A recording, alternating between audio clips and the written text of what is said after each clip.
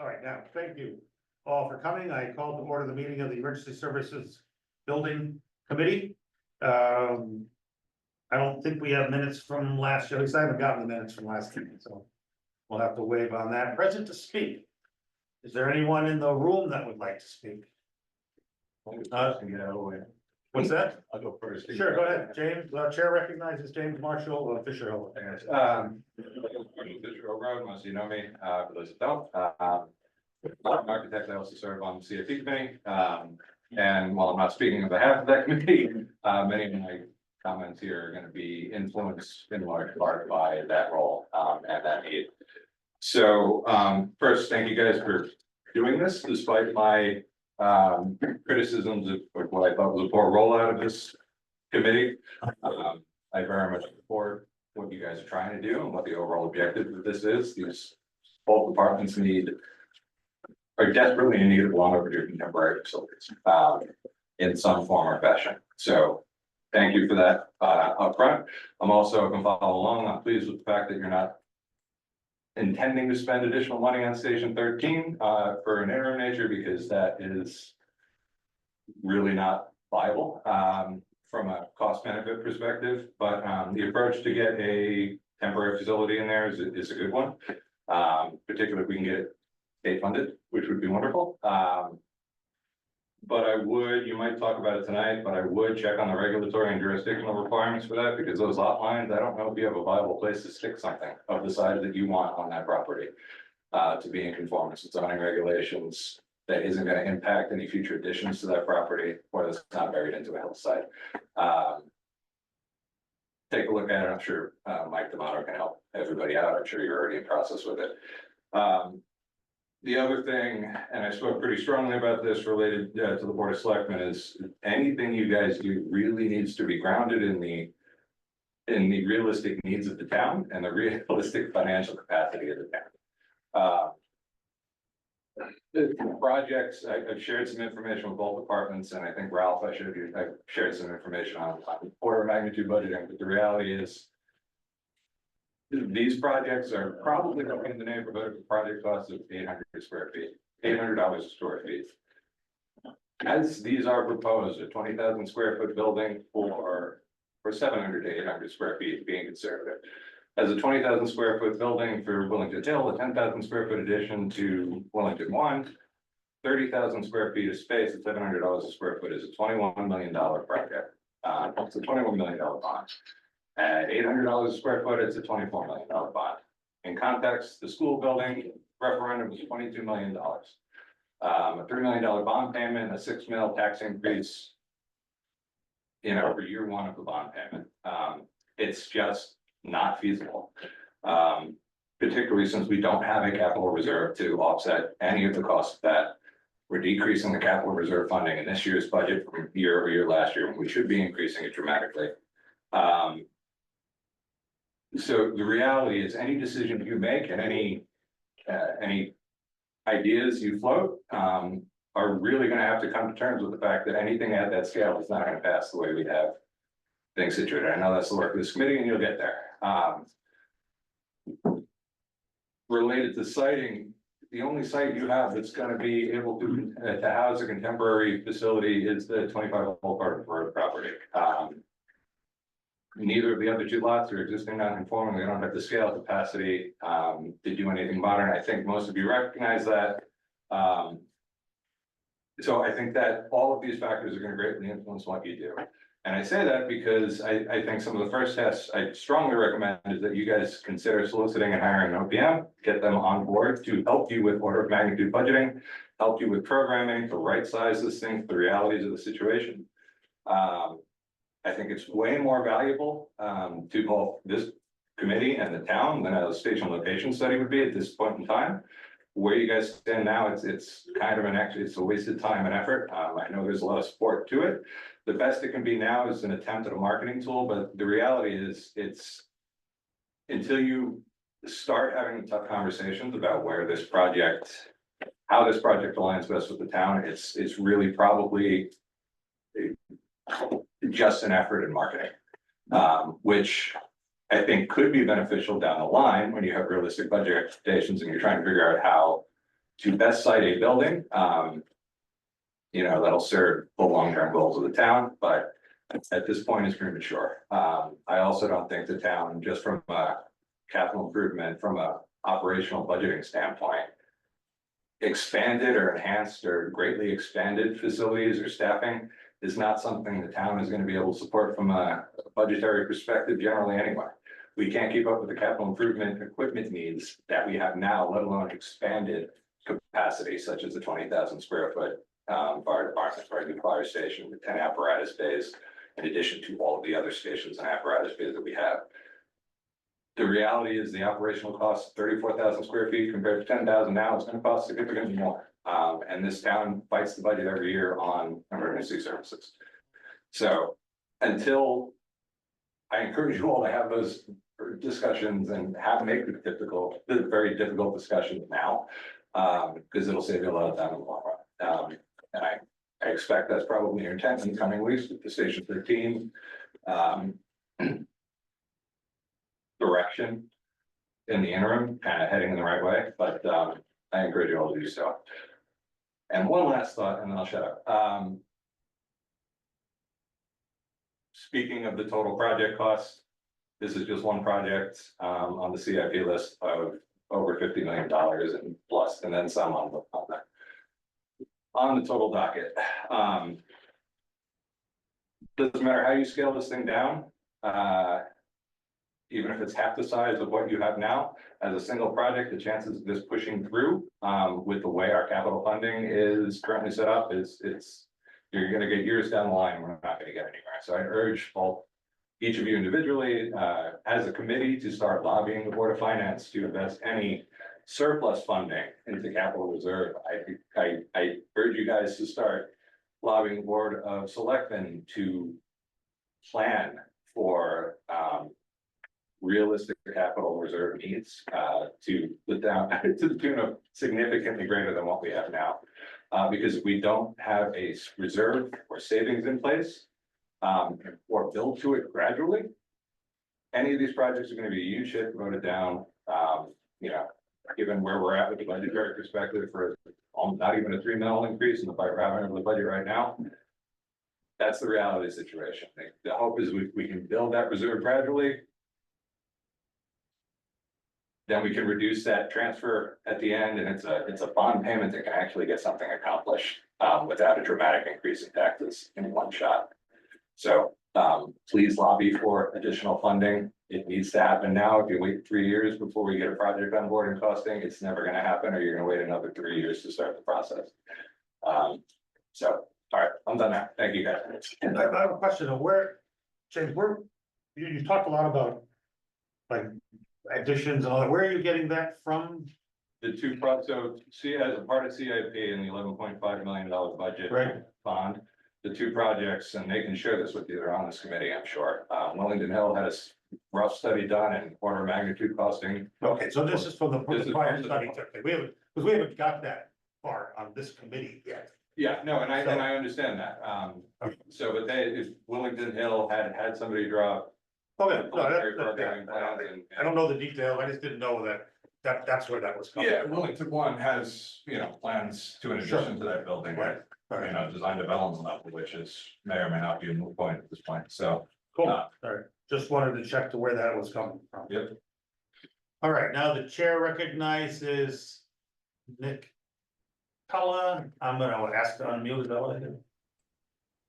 Hey, it's Nick Tulla. Can you hear me? Can you hear me? Yeah, we're good. Okay. You hear? 49. Yep, 49 Myrtle. So I'm just entering into this now, trying to catch up. So some of my questions and comments may have already been answered, but everyone on the committee, does everybody live in Wellington? Yes. Okay. Lives or owns property. They either live in Wellington or they are a property owner. Oh, so there are some people may not reside in. Okay. And so when it comes to planning of locations, if this was to move or wherever it may be, I would encourage Ernie from Strategy 5 to maybe be in part of some of these conversations. He's been brought on from the EDC, it sounds like, for the next 8 more months. It's a year contract, I guess, and his role is for economic development. But a fire coverage may play a role in what type of businesses and such. So maybe at some point making contact with him in regards to this could be of value. I personally hope that the stations can combine into one and reducing the brass. Everybody hears a complaint that got double the brass, and it's not necessary. Hopefully that this committee can come up with one building to do that. I'd also like to see some studies based on insurance impact to the homes. Is it dependent on the coverage of the stations, or is it dependent on the quality of coverage? I'd like to be able to see those numbers in the future. I know we're still early on. So, thank you very much. Question, do you ever, I don't know who we said Ernie or Ken? Good question. You know this guy? Do you have a relationship at all, even passing? Maybe you. Guy, just a random guy. No, I'm just kidding. I'm just kidding. No, it was so I actually talked to him today. Joan had put me in touch with him. I guess what had happened was he was at a conference with Mike D'Amato's team, and Mike D'Amato's team had him put in for an RFP, and he submitted it for the EDC, and he has a contract with the EDC. The Willington is paying him. And if there's any board members that have spoken to him, I mean, they can validate that he is of a person. So that's valid. So. Well, put a bug in his ear. I mean, if he wanted to come to one of our meetings, if he has the time, that'd be great. Sure, I can send an email out to him, but through official Through channel, official channel? instead of having That's someone better. in present to speak, doing committee work, making connections, that person's working contracted to the Okay. town, as Nick said. We should reach So out. to we should EDC. reach out through So official just- channels. Okay, so we don't wanna bleed over into where the meter. Well, and we don't wanna be, right, we don't wanna be creating work. We want the Yeah. official, whoever's checked on how many hours he's getting paid, Yeah, they should be the ones deciding if he can meet with us. Well, I could kind of make an argument that economic development and public safety are in concert, Sure, so. I think Nick's point is I think excellent. Nick's point is just that, and I think that's a good one, so I don't see any reason why we can't. estimate. Yeah, so I don't know why we can't sort of integrate. Matt Clark will have that information. Okay, cool, thank you. Anything else, Nick? No, you signed off. All right, that's it for present to speak. Old business is just kind of what we're doing in the background, right now, without an active budget, it's, it's only be just conversation, but new business, it was actually something that James said at one of the, Board of Selectmen meetings he started talking about the $200,000 allocated to this committee, and it isn't appropriate, isn't an appropriate amount of money and whatnot. And so I felt that conversation with other members of the committee that we probably need to communicate more effectively what we're doing and why we're doing it. So we agreed in the early meetings that our priority was gonna be to get Station 13 into a viable, functional operational status. We agreed that a temporary housing solution, temporary dwelling unit would be the best course of action. What would you some ideas, but could we take photos? Could we put them on the town website? Could we take a little more proactive or more active stance to show people what purpose of this? Cause I agree with James, like you see 200 grand, it's like, what's that all about? Well, it's not like we're just writing checks, but is there any value in that? Yeah, please, Mike. I think communicating with the public. Communicating with the public what we're doing and the directions we're heading is very important. Okay. I think we've learned through a lot of other processes in town, just having the people who are following the meetings know what's going on, it's not enough. It's not enough, I agree with you. I'm not sure, other than our charge, I'm not sure we know enough about where we're going just yet. It might be until in the next month or two that we have Yes. enough information to Right. start sharing. But we seem to be still fumbling with our first couple of tasks, like figuring them agree. out and getting them into a certain direction. So I think we're very close to having some real meaty information to share with people. And then that would hopefully get them involved by the time we're making the big decisions, you know, or digging into those tasks and the next tasks. You don't think there's any value or much value then in showing people where because we have made progress.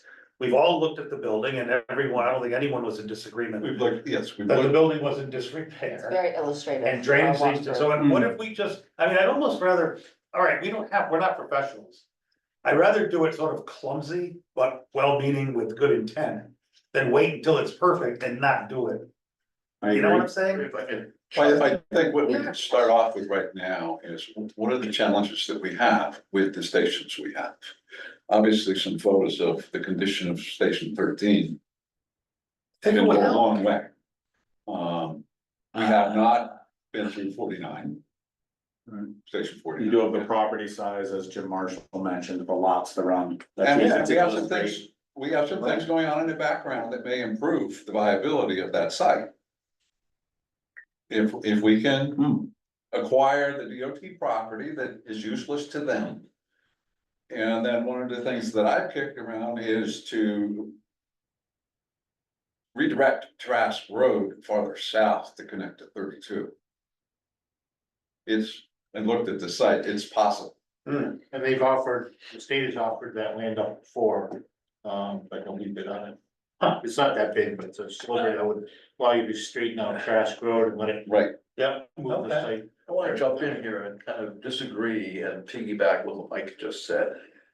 I think we're right focusing on Station 13. And achieving that goal of having that, I think we said by September. Having that facility resolved as far as occupancy, if I can use the word. I think having that success would be a good first step to say we accomplished something. Having pictures of the inside of it, showing damage and distress, it just seems negative to me. Really? I would rather focus on bearing down, finding that solution. I will add to this. I'm saying that I'm in touch with my liaison role with Tammy and Yeah, Jeff. And they're working very hard on this. Nothing concrete yet, but when I pushed Jeff a little harder, our senator, he's confident something good is gonna happen for us here. He just doesn't know what form it's gonna take yet. The governor's staff is involved. All these legislative people, just a myriad of government gobbledygook. But if it helps us, that's good, and he seemed confident that something will materialize here for us. So if we could, you know, in August-ish, which is not that far away, say, yep, we resolved this first problem, success. Now we're moving on to the next task, which is more long range. I think people will view it more positively than, oh gee, look at this mess. Well, maybe somewhere in between, Yeah. if this meeting helps us, like, we really do have to go back to old business. Because we have to talk about the alternative housing and stuff. Right. If this meeting helps us start to set a direction, which I'm hoping it does. On that, then maybe that momentum is where we start pulling public interest in saying that, you know, we've gone out to bid for a mobile home, or whatever the solution is that we come up with. And this is the reason why. And, Yes. you know, this is, and then that gives you the opportunity to sort of highlight the condition problems at the station. As opposed to just saying, look what we looked at, it's bad, and say, we have an issue, and here's what we're working on for a temporary solution. We want the public involved as we work towards a more long-term solution. Like, maybe there's a little bit of momentum we can suck Yeah, people yeah. into. I think you're right, I appreciate it. I would advocate for getting information out before we ask for money. If indeed we have to ask for money. So I'm sort of surprised that you say that, because I wasn't actually thinking of the state coming through with anything, not that they won't, or not that I don't have hopes for it, I just wasn't really thinking of that, but I was saying long before we are going before the Board of Finance and making our request, the public should be fully informed over why we're doing that, from with all of the murky, muddy details as to why we're doing that. You know, and not the day of, you know, but with some time for them, for the public to digest and prepare for it, or just, then we go and say, hey, we need $50,000 to buy an accessory dwelling unit. Everyone should be fully aware of why we're doing that, it should not be a surprise when, if we do have to ask. I think it's, But I think it's you're right. good, I think it's good stating it as a goal. Yeah, Section 13, and it's, restitution is an important goal, but dwelling on the negative, I'm leery of. alright, One of the things that both Senator Gordon and Representative Schiff said was, that we can't declare a state of emergency. No, we can't. That's extreme, and they're hoping for kind of a can-do attitude on our part while they're working on this. Okay. So I think it's better to project that than, we hear enough in town on how the sky's falling. We don't need more of that. I wanna be the solution business, not the complaint business. okay. So, other than these meetings, you don't think we need to communicate at all? No, I think we need to say, we're, right now, we're focused on correcting the situation at Station Okay, 13. just that, without photos, but without too many details. And High level. getting our feet on the ground for the rest of it. Okay. And that we're moving forward with long-term planning for. How many people, our fire how many departments. people in town do you feel right now know the situation at Station 13? Exactly, I feel like very. Because I, you know, I did hear some rumblings about it before I came into meeting until I came here, that I found how serious it was. And so I would tell you, I don't think many people in town even know the situation. I've been inundated with it, so I've had a different experience. You're like very involved, like you're very involved, you're very aware of the town's issues, and I feel like people that are, I don't wanna like speak out of turn for you, but that are less involved, maybe in like town issues. We're very peripherally aware of the issues. Yeah. There at Station 13, right? So, which I think is the majority of townspeople. It's kind of like a special. Well- Specific problem, right? Well, So, what'd and- you just say? We just had that little conversation before the meeting started Exactly, about. You know, about, you said about getting information about the budget. right, You didn't exactly. get. Yeah. It's the same thing. Sorry, I got here a little late, I'm sorry. Yeah, we're just- I missed the pre-meeting meeting. No, it was unrelated to this. It Yeah, was I'm like glad, budget but in it was, general. it's not, you know, it's kind of the same. No, So what do you think should happen? What, do you think more information is Well, I better? think, I think you should let everybody know that there is a problem. Right, First of all, I don't think people even know. That station shut down, right? right. Well, I mean, they don't even know. that. Down. It's not. It's not. Yeah, I mean, I don't think, they see just the fire, the trucks are still there. I'd say it's like- They don't I'd say know it's the situation. 20% operational capacity in that. Right, But whatever. the one thing they don't What see about- anymore is a couple of vehicles, private vehicles parked there. Yeah. fire department members. Yeah. Now, I know, Stu, correct me if I'm wrong, that's staffed at night, but not during the day. Pretty much, yes, Okay. and one person at night. So you're not seeing any activity there, and if you're just a townsperson driving by, it's not as active as it used to be. We had, That's my we had an ambulance call the other night at a house that's a long-term resident of Wellington for decades and decades, and he made a comment, oh, you guys are down at the South Wellington Firehouse, how come? And we explained it to him very quickly, But this, and he's lived in town 40 years, and all he noticed was there was some activity in South Wellington, he didn't know what was going on at the North Station and why we're not there like we used to be. maybe the motivation for creating this committee might be best coming from the Board of Selectmen. I know somebody on that. I think you might. Let's see what he can do. Do you think it would be a bad thing even just to maybe publicize or explain, like just like a little bit about like the background of his, like not the history, but like the workings of each department? Because there is also a lot of, I think, misconception about. Obviously not like, you're not supposed to like post their, even budgets are maybe like public anyway, but Yeah. like. people think that there's a lot of like budgetary overlap and like that makes certain assumptions about why are there two like, is that getting too much into it? But that's kind of part of what we're, There are still We're- do people you know what I mean? do not know that we have two fire departments. That's right. Or there's a lot of people that know that we have two fire departments and think that they're both every paid staff member and why are we paying two people to do the same job? And like, yeah. why are we wasting that Right. money? I feel like Right. that People do is the feel there, that majority of there's the a consumption, duplication like problem. duplication of two paid chiefs. That, There's a Right. high level of public interest in that issue. No question yes, about I, it. and I No think question about it. interest and misconception. Possibly both.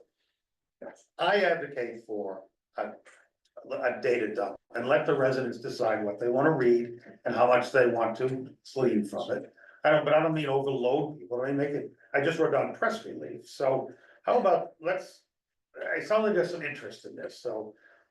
I like to write, cause I like to hear myself talk, so I will put together some kind of a press release and I'll share with everybody. And then add in whatever your thoughts are. Perfect. If each person adds in what they feel is relative, we'll keep editorial, you know, it's gonna take a little bit of time.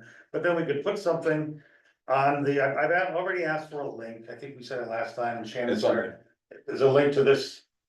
Oh, okay. On the homepage, the boards and commissions drop down as. We're in there now? Yeah, we're in there. Both. You're way ahead of me. As Our efficiency committee, I know. a point of reference, they don't get push notifications for the board of selectmen, push emails on that, so people have to re-sign up to get it. Just to make you guys aware that Yeah, okay, people getting agendas pushed are not getting this automatically. So. So why don't we? I think the casual conversation is good for getting ideas out, but why don't we see if we have any official business we get through tonight that then helps us feed that information? well, I mean, we agree that we believe a accessory dwelling unit is the best thing, then we're looking at the drainage. To solve some of the problem, we've already made some movement, but not Yes. as active, so those, Right. that is. Buildings those are- operational, we have temporary places for people to be, we're working on a better one. Keep it all positive. Yes, we'll keep it all positive, but I think something, so, and we can add to it as much as we see fit. And it, you know, that, if it's 2 pages, it's 2 pages, people are gonna read what they want to, and stop when they wish to, so. That's for sure. Okay. So, I think the new business, Ralph, you had mentioned it, but I didn't put it in the agenda, you wanted to kind of know about where we were at with information we gathered. But I got, that kind of falls under maybe old business. Yeah, that's what. Okay. Let's jump right into old business. Ongoing analysis of current and future emergency service and fire department facilities. Where do we go from? What do we? Say that again. I just wrote ongoing analysis of current Oh, and future emergency service and fire department facilities. There's things in the CIP for expansion. Are all of those still valid? Are those still worthy goals? Because if that's already been done and thought through, and each department has spent a great amount of energy on that, if those are still valid, then I don't know, do we just launch off of that? I don't know the answer to that. I would say not. How about we,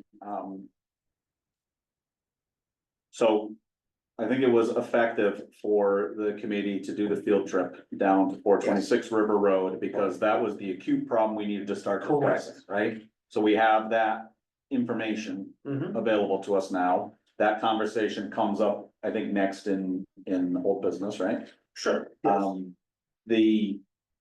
Why don't we schedule one night to field trip the rest of the facilities so the committee members know Perfect. what the conditions and what the facilities look like, because people drive by them from the outside, they don't know what they look like from the inside. All right. Let's see the rest of the facilities down on River Road and over here on Old Farms. Yep. The piece of property across the street, just get a look at them, do a field trip. I like it. Then the committee members have that information. If we're really talking about this larger topic of all the properties or stations, people should see it. Okay, so I wrote down, so we'll do field trips, so we'll do what we did before, we will schedule a meeting should we do one station each night, is it too much? to try to- Try this, I don't, do we wanna spread it out over the next 2 months? I don't think so. I don't, Let's yeah, get I it don't done. know, it doesn't matter. We started in South Wellington and then come up to the hill, Right, come up the hill and then come here. Yes. and then come here. Okay, Yeah, We all can right, do that one. We can okay. do that one um, night, also. Shall we do that next meeting, Sure, Okay. sure, better. which is when, I forgot, 20th. 20th, Is it 20th? No. 23rd No. or something. Well, we're off a week, right? No, we're back on schedule. Oh, we're on schedule now? Am I right though? Did I get it right? I often don't. I wrote down 20. No. 23rd is Sunday. Next meeting, place. 27? What did I do, May? Yes. 27? 27, Okay. good, yeah. Okay, so we'll do 27 June. We'll meet in, what is that station in South Wellington called? Station 213. 213. Right. Oh, so meeting at station 213 Then in 149. South Wellington. And then we should suggest, I would suggest, and I've been trying to focus on using the street addresses also, because that helps Yes. people who don't know where 13 and 49 and everything else is, to have a street address. Station 213 is 143 River Road. 143 There you go. River Road. And this is what, 49? Station 49, no, Station 49 and 24, Old Farms. 24. So by starting there, we'll actually see where the one ambulance person is versus the other one that's in the, Right, you complete that conversation about how they're dividing their crews up right now. Yep, yeah, And then come up here, see the Wilmington Hill properties, and then come right next door to here for the rest of our meeting. makes sense. And then perhaps, Andy, we all just direct ourselves to whatever these existing CIP projects are right now for both departments, right? Right. So when we're touring, we're saying, oh, they want to expand this. Yeah, right. Or they want to do that. We Uh, we probably could find out in the CIP report, like an abstract of what their request is. Christina, are you listening? Can you talk? Is that I can updated? sort of talk. You heard us, we're talking about the CIP. Yeah. Could you forward that? Is there a way to sort of extract that from the CIP? Oh, And yeah. so- Yeah, it's not very much. I'll tell Would you you be that. willing to do that? Yeah, I can actually, I'll do it right now and send it to you guys. Okay, cool. That would be thank you very much. Okay. So yes, so we'll be there. We'll have because work was done, effort was put into creating those CIP plans. And we can look at those as to just so we understand what. Do they make sense or do they not? Well, I wouldn't know. It makes sense to me. Smarter people than me put that together, so. It just may not be a viable option, but it probably makes perfect sense. Okay, and so that's next week. So does that cover old business A? Is that enough action on that subject? Ongoing analysis? I mean, we could only do so much. Yeah, and we probably can't take a lot of action here tonight when we haven't done that yet. That's right, You know, that's right, okay, cool. Cart So that horse covers thing. A. So the meetings will have the CIP information from Christina and Ann, and we'll be able to evaluate that from my physical onsite, that's good. Confer with building department on temp housing process. I talked to Mike about that a couple of weeks ago, and then things kind of went sideways and I didn't advance on that, so I will take the lead on that again and talk to Mike exactly what we have to do with temporary housing. There was I mean, his first thing is, well, it's not allowed in Wellington. I go, what about fires? What about, insurance companies paying? And it was like, well, we'll have to, and then that's kind of where it ended. It may be, I think he did say it may be a zoning board of appeals option that we just have to say, look. This situation has arisen, it's more than like 3 months for temporary, but in this day and age, you have to understand that things take. there's not a quick fix. It's not a quick fix, so we're talking years. And I think ZBA will ultimately be the way it goes unless, Jeff and Tammy can come up with something firm with the DOT, relinquishing some of the land that they own down there. Yeah. And that, And it might still be That's not gonna ZBA to allow the mobile home anyway. Well, that's what, yeah, it might be that anyway, so, so How much of then, a factor is that additional space, though? what's that? How much of a factor is that additional space with these? It's actually critical to do a respectable plan for Station 13. Yes, Just for the temporary structure? no, for any long term. Oh, for the long term, but for the temporary structure, will that help us? No, I don't think that's critical. You're not placing a 1,000 square foot house over the lot line without No. going through board appeals. I don't know whether you can get two primary structures on the same lot. There's lots of, How's it primary? Residential is primary, we went through this with 25 Old Farms. Residential is a separate primary. There's a way to work it, Jesse. Right, which is.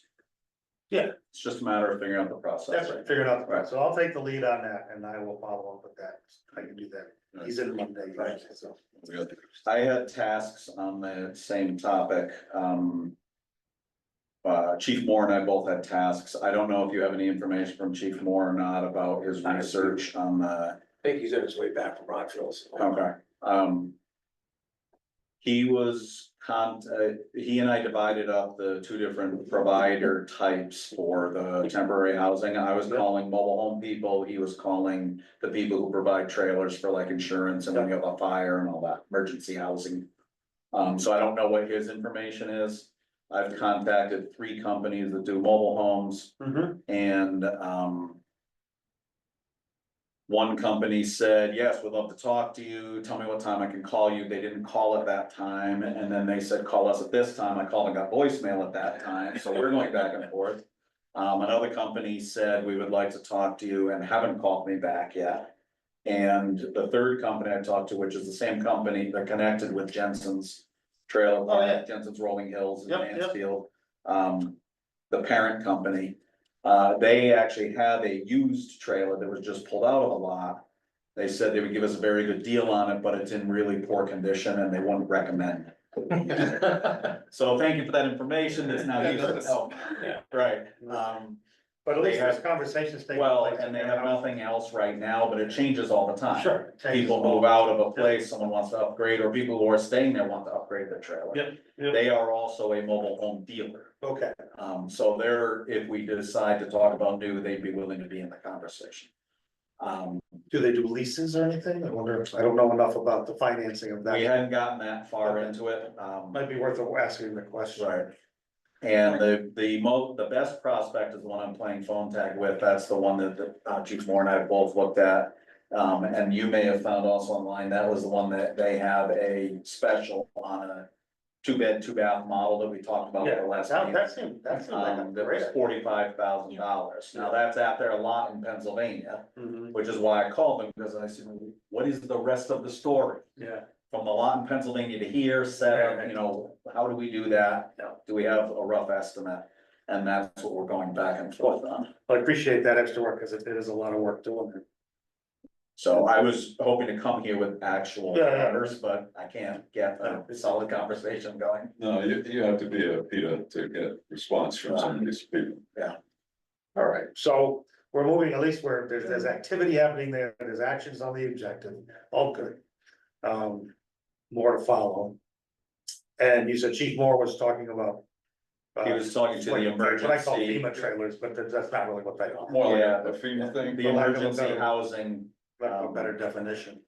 yeah, Okay, cool. I don't think he's gotten any response on it. okay, And then in the background was churning is the stuff through the state, so right. all of that, And the feds, and the feds, right, so all of that might come to. but highly unlikely to be FEMA if you don't follow. Yeah, yeah, no, right, not a negative. Emergency or or government surplus, military stuff. FEMA trailer just comes into mind, because that's what they call them in the garden, that's what it's in there, arena, and that's, everybody just started calling them FEMA trailers, so. That's the word that's the phrase that I'm used to. Okay, so I think then that covers item C, that we are maintaining the focus on accessory dwelling units, cost procurement and timeline. And last for old business was analysis of drainage at station 13. Mr. Toulis, I believe has. I went down looking for that outlet of that RCP that supposedly comes under Trask Road from the center of the parking lot from the building.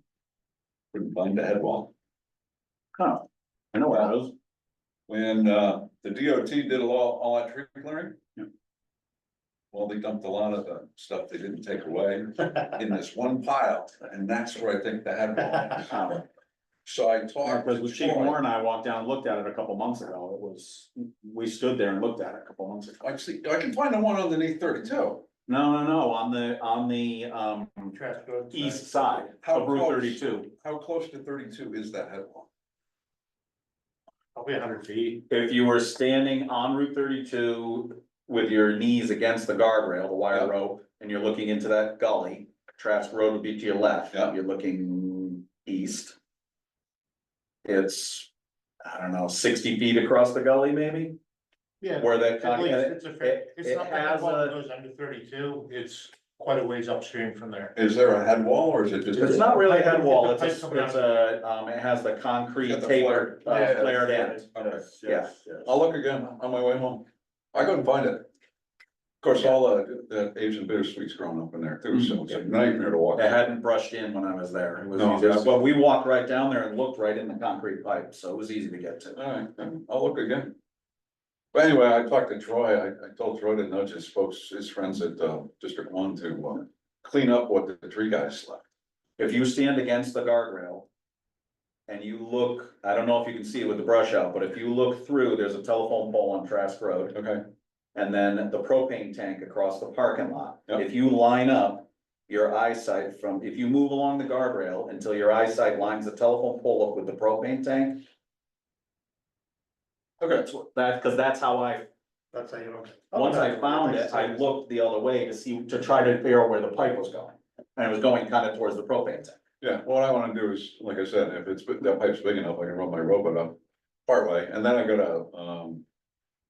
a septic guy who does, he'll map underground for us at a reasonable, a few $100s to have him come out and run the line in and go over with the sensor. Yeah.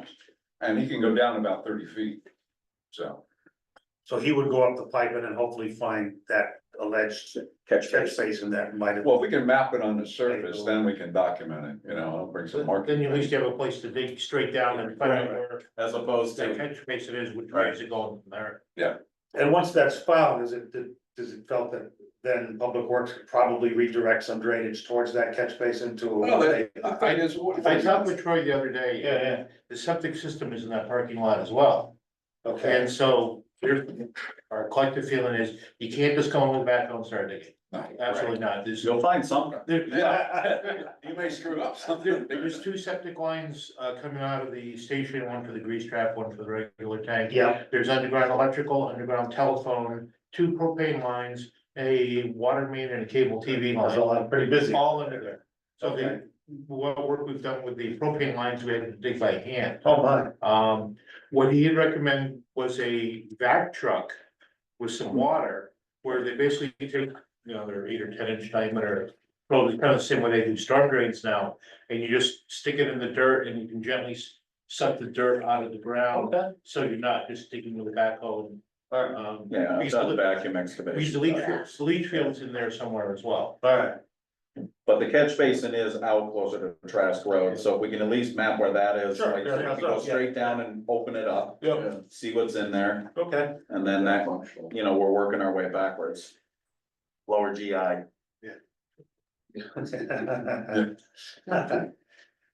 That's the leach field, that's the building, So that's all on the parking lot? that's under parking. Yeah, Oh, yeah, you can do it. Yeah, really, It's not preferred, they'd rather have a more, yeah, more evaporation, for sure. no, more biological activity. Yeah, right. The bugs eat, Mhm. the bad stuff. Yeah. Okay. So that's what that's, All right, so that covers old business item D. We have some good action items too. I didn't get any correspondence that I noted.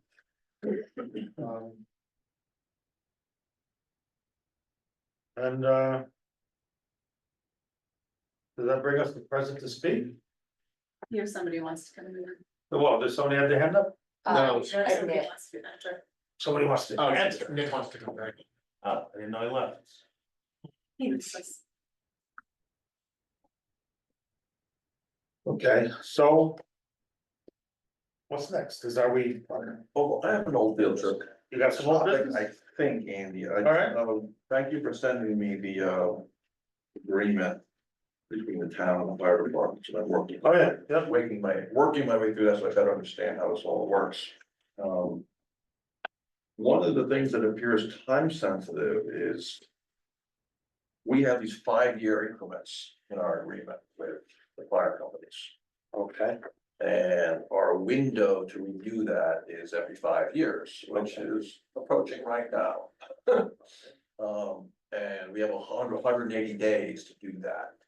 And I'm thinking that it would make sense for us to keep this flexible, not necessarily. Who's the we, the town? The town, Is yes. it done through a town meeting, a referendum? I have no idea. Or selectmen Just- only? I'll read you what I read. Yeah, yeah. Under the term and termination, the agreement may be terminated at any time by either party, giving the other party not less than 180 days. Now, we don't want to terminate anything, we want to continue our Yeah, yeah, agreement with fire departments.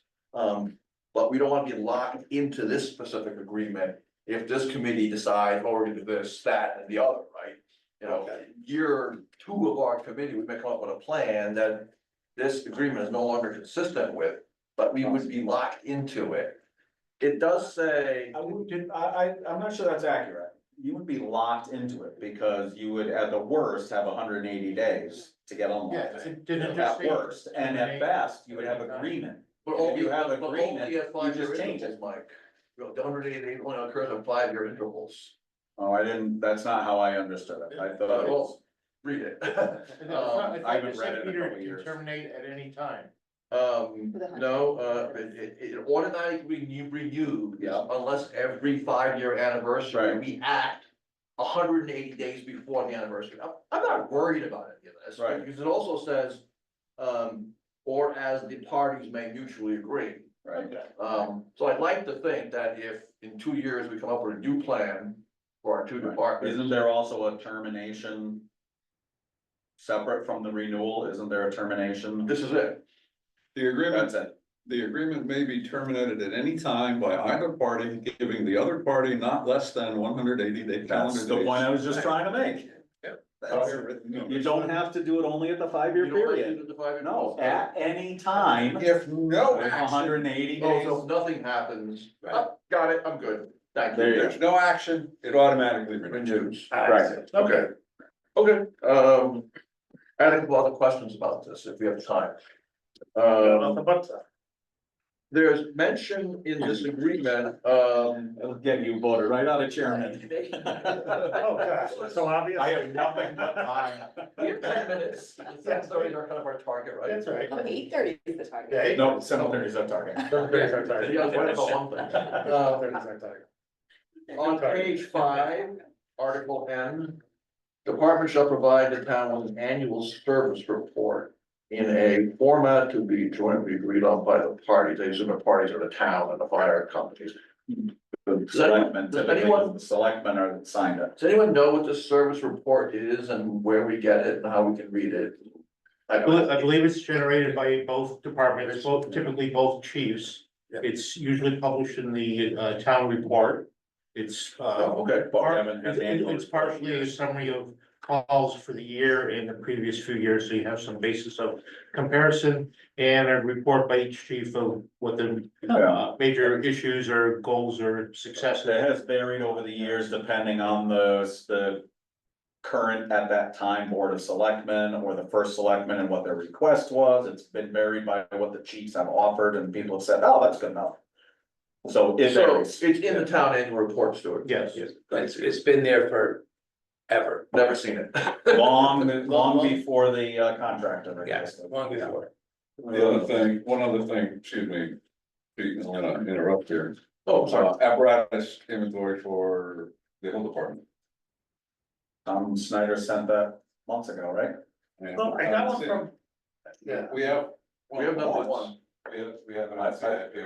I thought Tom Snyder emailed it months ago. During a meeting or something. I didn't Yeah. find it. I thought he said that too. Oh, that was Then I the looked and I background. didn't. Well, I have been having trouble getting onto the Wi-Fi here. Let's see if I'm in yet. Or maybe I'll just knock over my computer. So, just in case.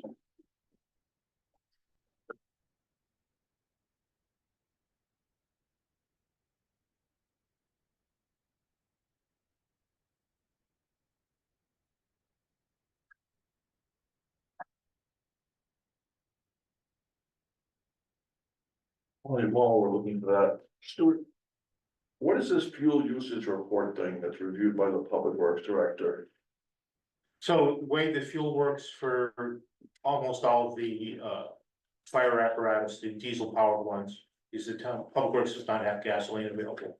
But we go up there, we have each apparatus has a key fob that records what apparatus you're filling up. You also type in the mileage, and they can produce reports of what's being used for fuel for each. So basically, we have a log of how much fuel used for each department. Yes, Where is that data? Public Works. Public Works. So you would call Troy or? Yeah, they maintain that there. So by contract, the department shall inspect and approve fuel usage reports as provided by the Public Works Director. So you must have a book or something, okay? It's all on their computer. Probably, I just have to ask. The gasoline that we I'll do use, that, I'll reach out to Troy. which is typically for Wellington Hills service truck versus fire vehicle, and Wellington one's pickup truck. And the other vehicle in town is the chemical control officer's vehicle. There's a fleet card that we get from the finance office. And when we go to the pump, similar thing, the keys or the card is coded to a particular vehicle. You also put the mileage in for that, and we provide the physical receipts to the finance office for review. Excellent. Good. In your wealth of information, Stuart, so I'll ask this question too. On the very first page, it says this agreement, where needed, is amended by this general statute 7-301. Did we ever make any amendments, or is this basically our agreement? I think it was amended once. Since 2010? Or was that the? Yeah, because 2010 was not the first. No. Because what we have is not a fully executed copy of a contract. Well, we're missing the select and Board of Finance signature. Board of Finance and Selectmen didn't sign on it, and it's dated November of 2010. Yeah, it started earlier than that and it got edited at least once. Yes. Yeah, and then, so this is the post-edit version. And however that one got in circulation must have been before all the signatures made it onto it. Cause I think that's, the version that's been floating around has been from the fire departments, which is why it probably has the fire department signatures on it. And that was when it was getting sent back to the town. Okay. We should, Probably in a file cabinet. Well, we asked for those, Peter, we certainly got it. No, I'm sure this is fine. So that, can I just go back to the vehicle report for a minute? Oh, sorry, go ahead. I was just searching through emails and I have found one email on March 6th, 2024. Chief Snyder forwarded, looks like with his phone, forwarded it to me. We must have been in a meeting, maybe a CIP meeting, it looks like. Because I then forwarded it to Steph Summers, Stuart Cobb, Jim Marshall, Melissa McKinnon, Jennifer Goodale, Bruce Lawler, so maybe it was a Board of Finance Board meeting, of Finance. and Christina. And it has both of the fire department's apparatus on, so I'm gonna forward it to you right Okay, now, so cool, you can thank you. send it out. Okay. So if you look back, Jim, to March 6th, you should have it. Yeah, I'm sure I have it. I know Yeah. I have it. I asked Christina to find it and forward it again too. Extra great. Correct. So when I send that out, I'll make sure that everyone knows that that's a combined department. Well, you can see, it's very Oh, clear, okay, it says it's- Wellington Emergency Services Apparatus List, and it has a group of Wellington One apparatus, and it has a spade and a group of Wellington Hill Okay, apparatus. perfect. Estimated replacement costs, year start, year end, all that. For what it's worth, I'm hoping CIP gets a handle on better tracking that and its recurring replacement needs. So we don't really track that at all. Yeah, and that is in this chart. Yeah, the projected end of life is in the chart. That's helpful. Mhm. All right, so I'm sending it to your town email right now. All right, thank you.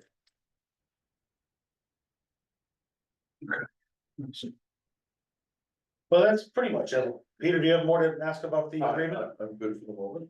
Okay. That way I need it. All right. Carry it on. Okay, then, Andy, I'd like to answer Nick's question about the ratings of fire departments. oh, you had, oh, sure, Nick, you on? Yeah. I'm sorry. Sorry, Hopefully he's listening. he's listening. Well, it'll be for the record too. So, I'm sorry, were you asking me a question? I don't wanna make sure you were listening, because Stuart wants to speak to your question about, town insurance, ISO reports and that stuff. so Yes, okay. the way your fire insurance is calculated, obviously it's on the value of your home partially. And part of it is based on, measurements on how good they think your fire department is, which encompasses a broad range of things. It's done by the Emergency Insurance Services Organization, ISO. They act as a contractor for probably 90% of the insurance companies in the country. And they go in and they rate each fire department with a scale from 1 to 10. They also do your building inspector and a whole bunch of other ratings as well. They look at the dispatch center, and it's all on a point system. So how good is the dispatch center? How good is your water supply, which for most of Wellington is not great. How do you have enough personnel? Do you have enough trucks? Where are the trucks located in terms of road miles from the areas that they're looking to cover, in this case, town of Wellington? And they come up with a rating. And there can be exceptions to those ratings. So a 10 means you have no fire department at all. 9 means, yes, you have a fire department, but you've proven nothing. And we were a 9 for many years. ISO came in about, what, 4 years ago, Mike? When we Yeah, were filling out all those forms. about, yeah. And they spent probably a couple days in town looking at the apparatus, and getting inventory reports of what equipment you carry, how many people are going to calls is a big part of it. Training hours and so on and so on. We ended up with it's called a 5.5Y. The 5Y is your more than 1,000 feet out from a pressurized hydrant. So in the small areas of South Wellington or Wellington Oaks apartments where they now have pressurized hydrants, they get a better rating, gives us more reliable water there, as opposed to us hoping there's a pond nearby and having to draft water out of it. And they come in periodically, it could be 20, I think it was like over 20 years where they came in. If they wanted to rate Wellington because of the new pressurized hydrants, that's kind of what changed. Yes. If you're outside 5 road miles from the firehouses that are responding to a structure fire, they're mainly structure fire based ratings is what they're looking at. They don't worry about ambulance coverage or anything like that. If you're outside of 5 miles, your rates go up tremendously. And the way we found this out, we had 2 calls from 2 different insurance agents representing 2 different houses, one on Potter School and one on Belize Road. Both of those residences are more than 5 miles away from any of the Wellington firehouses. Their insurance was going from $800 a year to $3,200 a year. Wow. The way we addressed that, and we'd already handled it, but we had to give documentation to ISO, is we have Ashford coming from the Lake Chaffee station, Right. which is like 4.8 miles away. But it satisfied them in terms of there was a fire station and a fire truck within the 5 mile radius. If you fall outside that 5 miles, I said your rates go way up. Union had the same problem for the top end of Stickney Hill, but they didn't have whales on their one card initially. But because it's more than 5 miles from the Union firehouse to the closest firehouse, they added whales to the assignment to get somebody closer to come in. So that in general. This is one of the sort of unseen advantages of mutual aid. Yes. And the fire departments plan mutual aid this way regardless of the ISO thing, because the fire departments are looking at what is the resource that's near the task, right? So that's already kind of built into the mutual aid plans, and they evolve over time. And that's, you know, if you look at parts of Wellington like Miller's Farms Road, Marth Road, the fire station in Mansfield across from all the new construction is way closer Yeah, right. than our stations are, Sure. right? It's in Wellington, so if you measure from our station, you'd have a problem, but that station's right there. That station is part of the mutual aid system. Except that it's been closed for the last 2. Well, it doesn't have paid staffing in it. Yeah, But- right. But there, at least there's something there. Interesting. Not really. There are no trucks there at all right now? No. No? Spare ambulance, maybe. Yeah, but it's only because it's being modified. It's being modified. They're- Well, yeah, the station's being for the last modified. year and a half, Yeah. but it was empty before When that. I was there last summer, there was nothing. No, right there, okay. That I did not know. Nick, does that help answer your question? It does, especially from a firefighting standpoint, liability and for insurance. my other question is, and excuse me for my ignorance if I don't know where the rescues and ambulances are stationed out of, but is there a potential for consolidation on that, or does that impact rates? There's only one ambulance. Well, no, there's one ambulance provider. One group of ambulance people, there's two physical vehicles. I'm still not used to In that. terms of your home insurance liability, cost, be it for fire theft, that sort of thing, the ambulance coverage is not included in that. The state has some very broad guidelines, relating to rural, suburban, or city-fied kind of thing of what they want you to have, but there's nothing in regulation that you must have a response within a certain time period. So to sort of answer that question a different way, Nick, there is one ambulance on duty at a time. And that ambulance is alternatively right now housed in one of the two stations on Route 32. Depending on where the crew is and all that. Okay. Awesome. I appreciate it on that. And are we in present to speak? We can be, sure, we are. Go ahead and speak. Yep. Okay. So just a few things that I wrote down and items, and I don't know if they've been discussed, but conflict of interest just moving forward. I'm not saying anybody is, I'm just saying before we get into situations that may arise, I don't know if we have any ethics. I know we ran into the school building committee, right? We learned big on that. Maybe at some point, drafting some guidelines of, hey, these are the do's and don'ts, what we can and we can't and such. There was earlier talking about setting up a schedule to do a field walk basically of the buildings.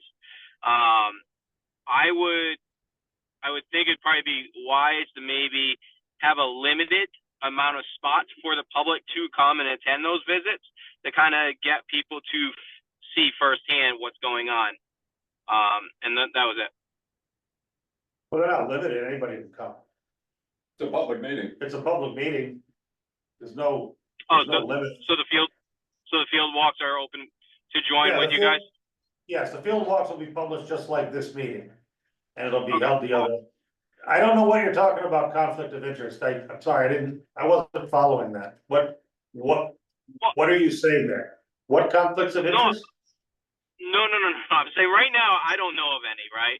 I'm just saying during the school building committee, we saw that come up to play, right? May it be expanding into land. Nick, don't reference that because that doesn't mean anything to me. What referencing something that I don't know about doesn't help me. When you are saying a conflict of interest with the fire departments, between the fire departments? What I'm saying is there should be some sort of ethic guidelines going forward to be able to manage it and navigate any potential conflict of interest that may come up. That's all I'm saying. I'm not saying that there is. I'm just saying probably should be prepared in case something happens. Okay.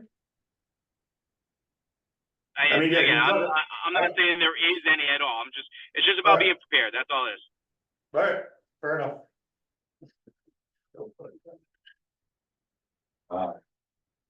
Okay, Chair recognizes James Marshall of Fisher Hill Road. Thank you. No, just kind of, you said Christina did the talking and button up the questions on the CIP. They only have, CIP only has one line item. It's $11.5 million bond expectation based on what was submitted to it as a joint station proposal. It's captured in year 3 of this plan. Okay.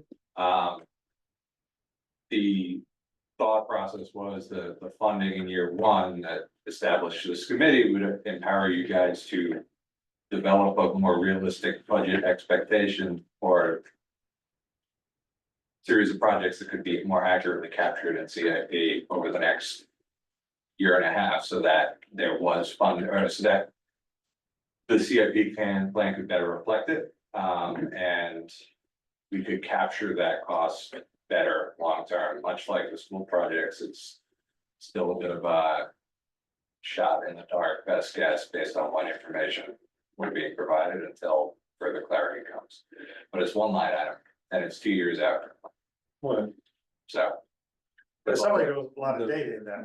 The fire departments have more background information that was presented at various meetings, including at the efficiency committee meeting and some others, so I think it would be pretty easy for us to gather that. If you could get it before the next meeting, that would be Yeah, great. it's like a rendering of the one I saw. Something, just, okay. Ron, you wanna, or you guys wanna work on that for your stuff and I'll get. Yeah, it's gonna be high level, doesn't have, don't get wrapped around the accents or something that we can say, okay, this is what people wanted and now we're looking at the station, then it would have. Yeah, I think it was actually a lengthy conversation at a CIP meeting. Okay. I suppose we would have minutes of that too, so And that was. Probably a torturous video to watch. probably it's Yes. worth it. Yes, That's no no doubt. doubt. The CIP plans are on the website too.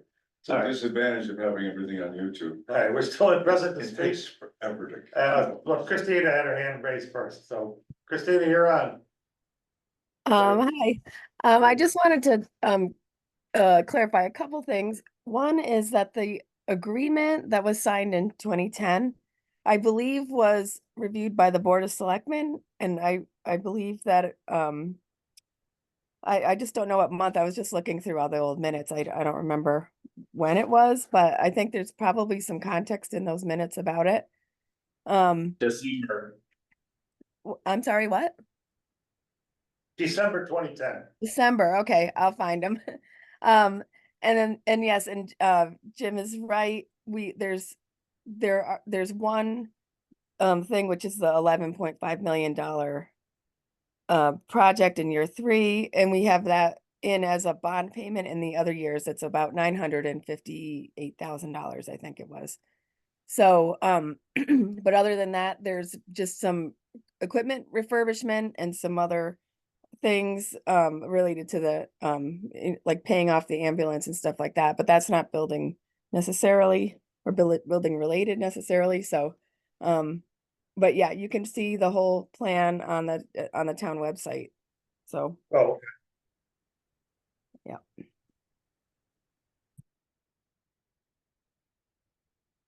All right, Brett, Valid ask oh, question. speak. Um, Jim, you, James, Yes. you, when you were first speaking, you mentioned a estimated or projected cost of $700 to $800 a square foot. Were those like built into like some sort of proposal that the proposals that you got? Where were those values Those coming are from? just my own due diligence and background. So, again, I think Ralph can share it. I might have a copy here too. But average cost of fire station projects escalated to $20-24. From a firm. It's not my work product, but it makes sense because I do have industry associates that do these regularly. They said they're quoting costs up to $1,050 a square foot. But the average costs over what I found was about $808 a square foot over, say, 20 projects that have been completed since 2019 on. That is the realist. In Connecticut, like in this region? And yeah, like, locally. uh, That's the reality of construction pricing these days. Construction cost is one thing, but project cost is also another. Absolutely. So once you add all that in, you're in that, from a rough order of magnitude standpoint, you're in that wheelhouse. It could be plus or minus $100, but it's still, when all is told, it's greater than 11.5 million, in total. Until the projects, unless the projects are refined, so. But again, that's the type of, really initial. Just budgetary analysis that I think can really start to inform some of the direction that you guys take looking forward. Not cheap to build these days. And to go along with that, and this was something that Jim and I have debated a lot, but out of respect for Jim being in the industry, I think, his warning should be heeded about what the potential square foot cost is. Willington Hill had a proposal at the CIP meeting that was, I don't remember the exact dollars right now, because this is from memory from months and months ago. But it was at $300 and some a square foot, and that was a complete proposal. That was from a GC that included the entire project. Including like architecture, project management. No FF&E, but the whole construction project. Christina, do you still have your hand up?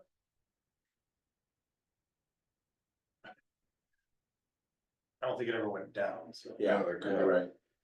Alright. She just lowered her hand. Okay, so. Is everyone, any more public to speak? Chief came in a little bit late, I saw you. Sorry. I just had a comment to Mr. Tully, he did sign off, just for the record, if anybody wants to come down, they can't make the public walkthrough or the walkthroughs for the committee. I don't want to throw Chief Snyder under the bus, I'll speak for both of us, at any time that anybody wants to see the buildings, we're more than happy to show them, Really? Alright, would you mind if I put that in the notes on the agenda? not at all. Come on Tuesday night at 7 o'clock. We're gonna be there. Alright, well, that's great information. Tuesday night, I know, Where is either that? of us, if we know in advance, we can make it. but that's a willing to know. No, there too. Tuesday night at 7 o'clock? Tuesday Most of the night, time we're 7 there. o'clock for the last 41 years that I've done. Well, that's pretty good. Regularly, both departments do it, it's pretty much. So Tuesday night, 7 PM, and where would they meet? So where would, Go to the station. Go to one of the, any of all the stations Well, are manned? More or less, somebody's there, right? So next week, Next week, Tuesday we're all night, the at, training is at yours. at our station. Okay. 426 River Road. But pretty reliably, Tuesday night at 7 o'clock, you're gonna find people at a couple, Excellent. 2 out of the That's 3 perfect. firehouses. All right, then I will put that, when I post the location for the meeting, I'll put in parentheses. Tuesday nights at 7 PM, stations are manned, any member of the public that can't make this meeting are welcome to tour the facilities. Stations are typically available to be toured. And by the way, we need volunteers. Yes. While you're there, just sign up. Excellent. All right. Anything else? Conclusion? Next meeting will be 27 June. June 27, 2024. We will meet first at 143 River Road. Where can we? I was gonna say, we're gonna say. But you get to come down and enjoy our parking. Right. So you can park in the grass, the only thing we ask is don't pull all the way back. And we can park along Depot Road too, I imagine, right? Yes. Okay, so I'll put that in, parking along Depot Road once the Yes. parking lot fills up. Yeah. And then that's at 6:30. Don't fall for the subject. That's right. I'll try not. We'll meet there at 6:30. That's great, perfect. Walk across the street. Great. Anything else? I move we adjourn. Awesome. I assume that's where we were, right? Yep. We have a motion to adjourn. Second, motion made and seconded. Any discussion? All in favor? Aye. Opposed, abstentions? We're done. See the arms up for the back. Well, that was fun. Oh, is it? Make sure you. Let me stop our recording as well. Yeah, they all have. The same. Did that Ben not sell it? Yeah, I guess. Yeah.